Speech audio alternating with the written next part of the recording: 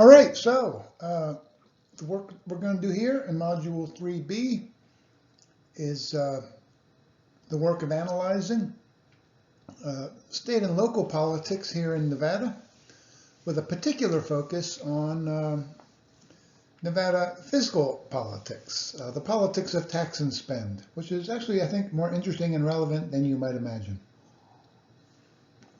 So we're going to talk about, in addition to some broad observations about state and local politics, we're going to talk about how Nevada, at the state level, raises revenue each two-year budget cycle, and then how they spend that money. And we're also going to talk about how local governments generate revenue and how they spend that revenue. All right? Okay.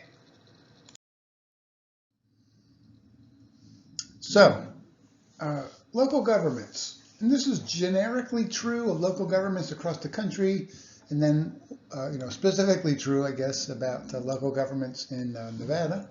One, we know that local governments are considered to be creatures of the state, right?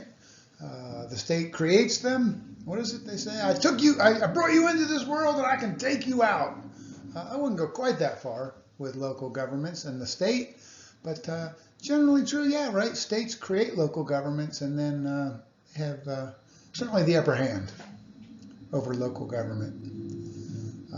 Local governments, right, have no constitutional standing in the United States Constitution. They're not mentioned at all. I think we've talked about that.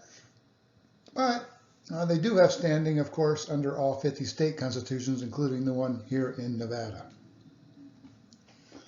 The general relationship between state and local government is governed by what's known as Dillon's rule. This means that, kind of like at the federal level, the same thing, we talked about that when there's a conflict between state policy and local policy, generally state policy will prevail. As long as the state's, behaving in ways that are legally correct. So, yeah, that's Dillon's rule. That states have the upper hand over local governments. It doesn't mean that they can do anything they want.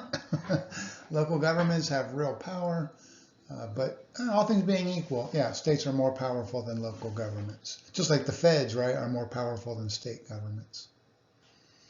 Local governments here in Nevada and elsewhere, very politically significant. An awful lot of action, right, is at the local level. If you want to talk about K through 12 public education, you need to talk about local politics. If you want to talk about law enforcement issues, you're going to be talking about local politics. You're going to talk about healthcare policy. A lot of that is done locally, or housing for the disadvantaged, the homeless issue. All sorts of issues are driven largely by local governments. So there's a lot of action there. Examples of local governments, counties here, of course, right, it would be Clark County.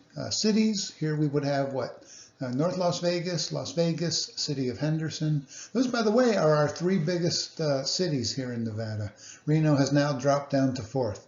So I think it goes, Las Vegas is the biggest city in the state, Henderson is second, North Las Vegas is third, and Reno is fourth, at least the last I heard. We also have towns and villages and so forth. And we have some jurisdictions here that are kind of, I would call them nominal jurisdictions. People will often say, well, the Las Vegas Strip is located in Paradise. Well, much of it is, that's true. And you're like, what the hell's Paradise? It's a non-governing political jurisdiction. They don't have, there's no Paradise City Council. There's no mayor of Paradise. Paradise doesn't have tax policies and so forth. It's kind of a nominal designation. It kind of bugs the heck out of me. So who actually governs the Las Vegas Strip? Turns out it's Clark County. Clark County there. Yeah, the operational jurisdictions are the ones I just mentioned, right? North Las Vegas, City of Henderson, here in the valley. Arguably, in fact, I think certainly the most important governing entity here in the valley would be Clark County. They do derive an awful lot of revenue off of the Strip in terms of property taxes and so forth. So that's why Clark County is so well funded and employs so many people. is that they draw their revenue mostly from the Strip. City of Las Vegas, right? Much smaller budget because they don't govern the Strip at all. They govern downtown Las Vegas, which is an okay source of revenue, but it doesn't rival the Strip. Yeah. So Clark County is where an awful lot of the action is politically and economically in Nevada and in the Las Vegas Valley. Can't even tell you how important Clark County is. Then also kind of a regional entity is quite significant for the state and in the valley, the Southern Nevada Water Authority. I know some of you are doing your papers on water issues of scarcity and so forth. Well, you're going to need to talk about SNWA. They have a huge impact on water policy in Nevada in general and in the Las Vegas Valley in particular. Very powerful agency. Headed up for a long time by the legendary Pat Mulroy. And now I think it was her second in command. I think it's Mike Ensminger, something like that. He's now at the head of SNWA. All right.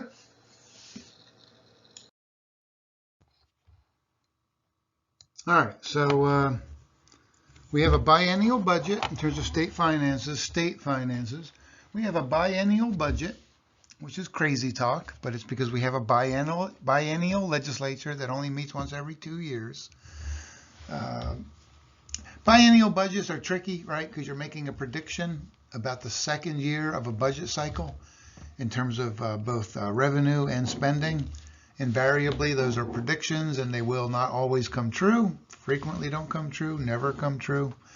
So typically, the governor needs to call the legislature back into special session in a second year of a budget cycle to fix the budget, right? Either to adjust spending or revenue or both.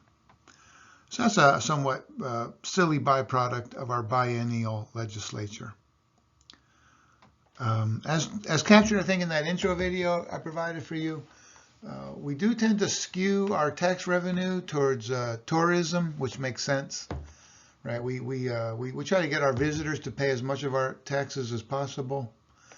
That's why we don't have a state income tax, right? That would fall on Nevada residents only. Instead, we have a sales tax as our primary tax. That's about 30% of our state budget, state revenue, tax revenue. All right, and that's to some extent going to be paid by visitors doing high-end retail on the Strip.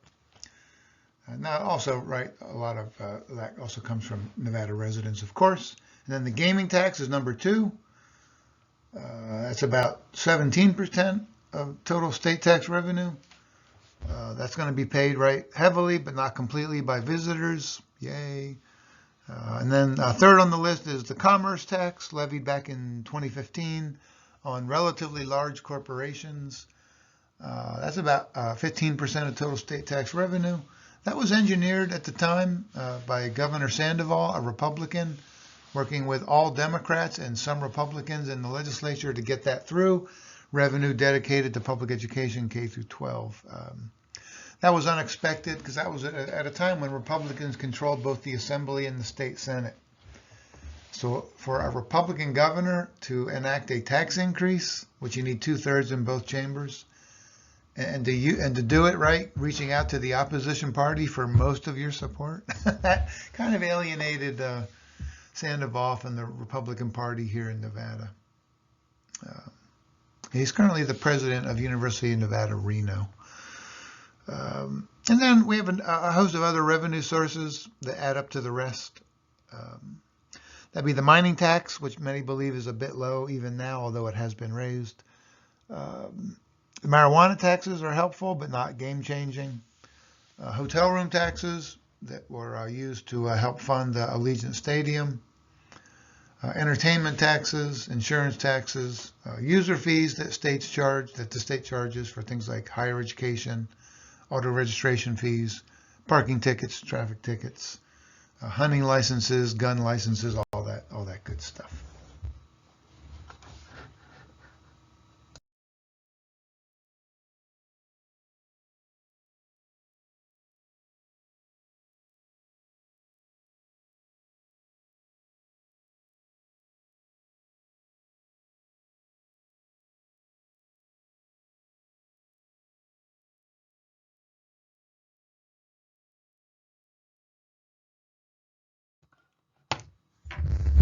All right, so here we have a imperfect presentation of a pie chart from the 2021-2023 biennial spending patterns here in Nevada.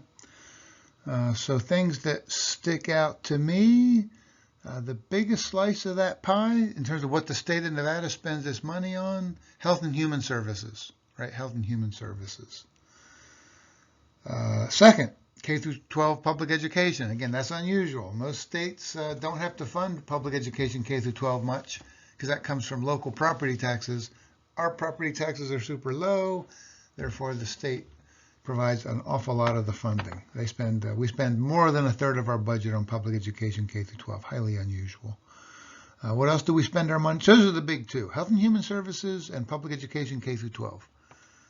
Third on the list, higher education. Fourth on the list, public safety. All right, so that gives you a feel for how we spend our money here in Nevada.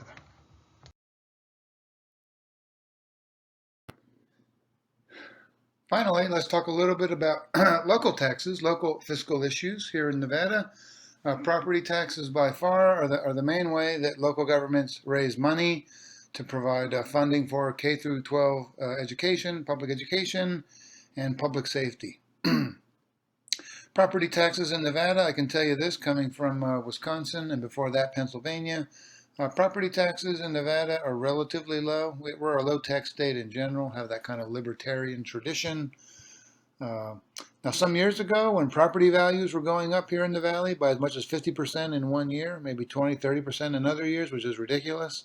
All right, what did that mean at the time for tax bills for property? They could go way up in a single year, could go up by 50% in one year. That could drive people out of their homes, impose economic hardship.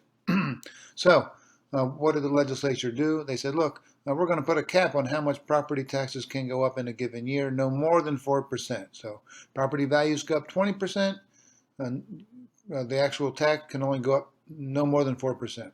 Property values go up 50% in one year, cap of 4% increase in property taxes.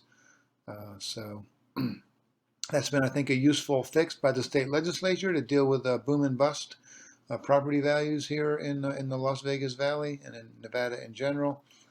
It's also true that it imposes a bit of a floor in terms of how much they can go down. As many property owners found out during the recession, the value of their properties went way down and their taxes barely budged at all. That's a little complicated. I don't think I fully understand it.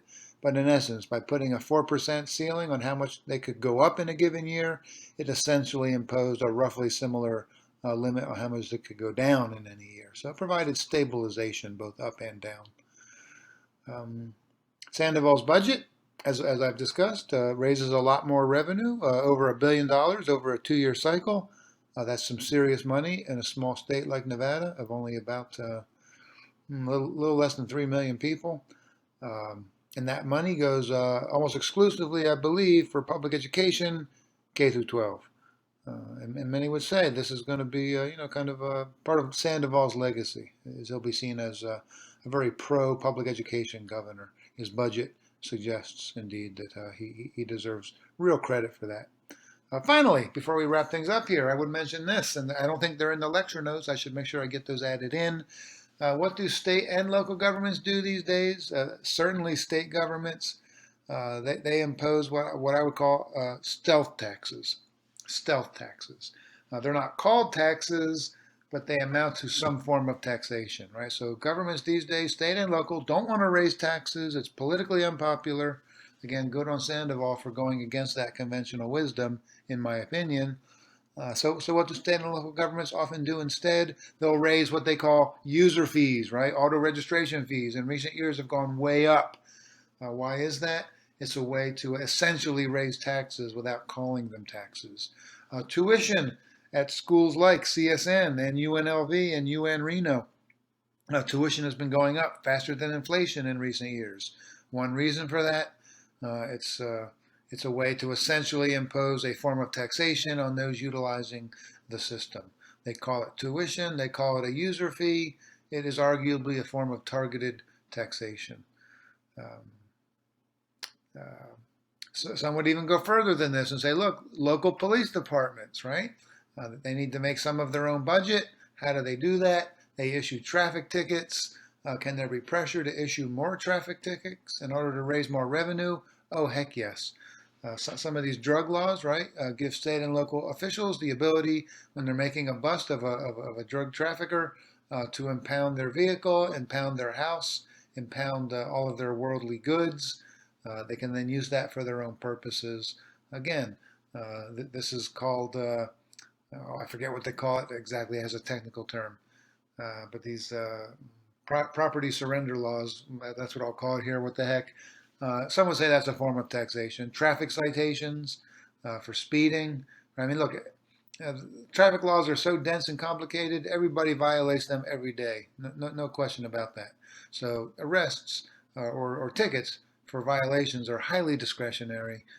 Do police departments, in my view, have an incentive to do more busts to raise more revenue for their department?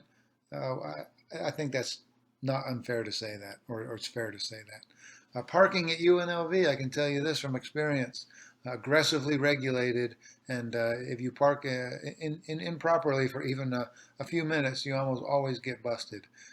Does the parking department over there make a lot of money for the university? It does indeed. Is that called a user fee or whatever? It sure is. Is it really in some ways a form of taxation?